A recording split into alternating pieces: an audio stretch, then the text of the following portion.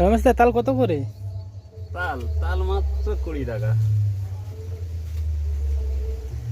দেখো আমাদের হচ্ছে রাহু বসেছে, পুরো গাছের গোড়ায় কাঁদি নিয়ে বসেছে। মিনিমাম 10টার মতন তার খাওয়া হয়ে গেছে, 11 নম্বরে চলতেছে।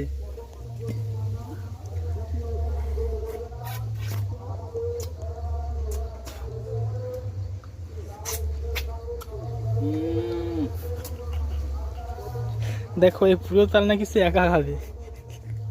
এই তালটা পুরোটা আমি একা খাবো, আপনারা দেখুন।